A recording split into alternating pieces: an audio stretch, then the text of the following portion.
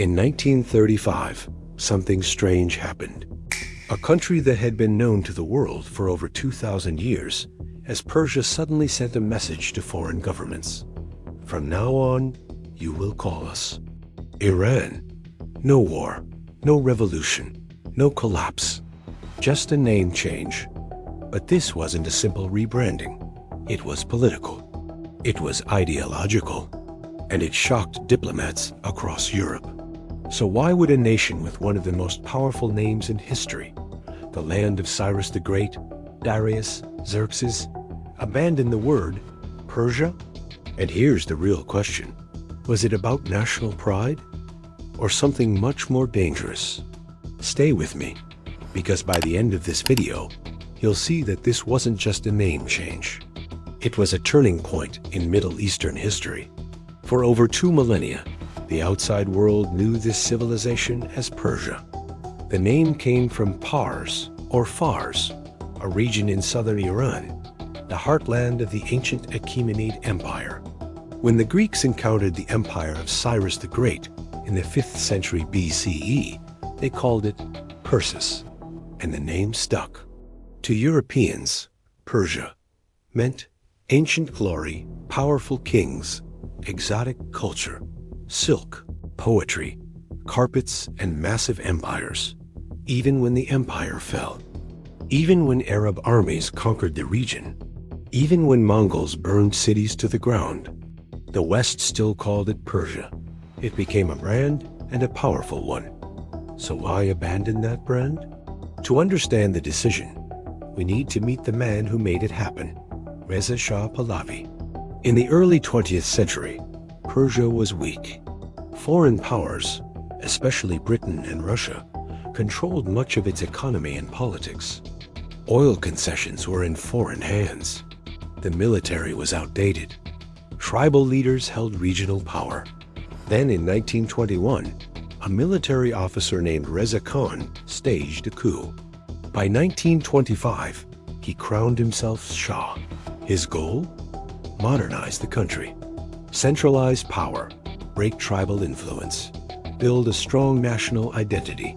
He looked at Turkey under Ataturk and thought, if they can reinvent themselves, so can we. And that's where the name comes in. Here is something most people don't know. Iran wasn't a new name. It was ancient. The word Iran comes from Aryanum, meaning land of the Aryans. This term appears in ancient Persian texts thousands of years old. Inside the country, people had long referred to their land as Iran, but internationally it was Persia. So in 1935, Reza Shah sent a formal request to foreign embassies. Please use Iran in all official correspondence. And just like that, Persia disappeared from maps. But here's where it gets controversial. A shocking connection. Why choose 1935? Why emphasize the word Aryan? And why did this decision happen during the rise of Nazi Germany? Because at the same time that Iran was asking the world to use its ancient Aryan name, Germany was obsessed with Aryan identity. And yes, there was diplomatic cooperation between Iran and Nazi Germany in the 1930s. Now, before we jump to conclusions, let's slow down. This wasn't about adopting Nazi ideology, but it was about racial prestige in a world dominated by European empires. Reza Shah wanted Iran to be seen not as a backward Eastern monarchy, but as an ancient Indo-European civilization equal to Europe. The Aryan connection mattered symbolically, and in the 1930s, that symbolism carried weight. Reza Shah's reforms were aggressive. He banned tribal clothing in cities, forced men to wear European-style hats, restricted the power of the clergy, built railways and factories, expanded secular education.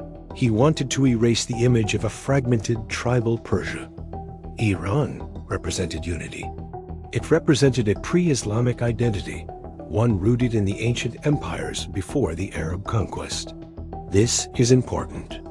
Calling the country Iran emphasized a broader ethnic and historical identity, not just the Persian ethnic group, but Kurds, Lurs, Baluchis, and others under one national banner. It was nation-building through language, and it worked domestically. But internationally, not everyone was happy. When the announcement came, many Western diplomats were confused. Scholars protested. Cultural institutions resisted. To the world, Persia evoked poetry, rugs, miniatures, Omar Khayyam, and 2,500 years of imperial history. Iran sounded unfamiliar. Even Winston Churchill reportedly preferred Persia. And interestingly, many Iranians living abroad didn't like the change either. They felt Persia carried prestige. Iran felt political. So in 1959, under Mohammad Reza Shah, the government clarified, both names are acceptable. But by then, Iran had already taken hold globally. Persia was fading into history. The country didn't change. The people didn't move. Imagine if tomorrow Italy announced, please call us Roma. Or if India said, from now on, use Bharat only. Actually, India kind of is debating that right now. Names matter. They shape identity. They shape perception. They shape power. And Reza Shah understood that better than most. Just 6 years after the name change, World War II erupted. Because of Iran's strategic oil and its railway system connecting the Soviet Union to the Persian Gulf, Britain and the USSR invaded Iran in 1941. They feared Reza Shah was too close to Germany. He was forced to abdicate.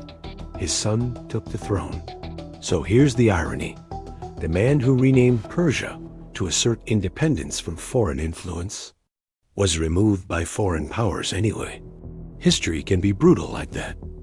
Did the name change really matter? Yes, because it symbolized a shift in identity. From a romanticized ancient empire in Western imagination to a modern nation-state defining itself on its own terms. After the 1979 Islamic Revolution, the name Iran became even more politically charged. Now, when people hear Iran, they think Islamic Republic, revolution, U.S. tensions, nuclear debates, very different from the poetic image of Persia. Same land, different perception. That's the power of a name. So here's the deeper question. If the country had never changed its international name, would the West see it differently today? Would Persia evoke culture instead of conflict? Would politics feel less tense under a different label? We'll never know. But what we do know is this. In 1935, a single letterhead request reshaped global perception. Persia didn't disappear. It evolved. And the world is still adjusting to that change. So why did Persia become Iran? Because a modernizing ruler wanted unity. Because nationalism was rising worldwide. Because identity mattered in a world of empires.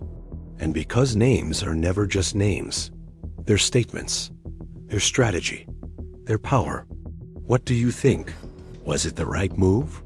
Or should the world still call it Persia? Let me know below. And if you enjoyed this deep dive into history, unexpected turning points, don't forget to subscribe for more stories that changed the world. Because sometimes, the most powerful revolutions don't start with guns. They start with words.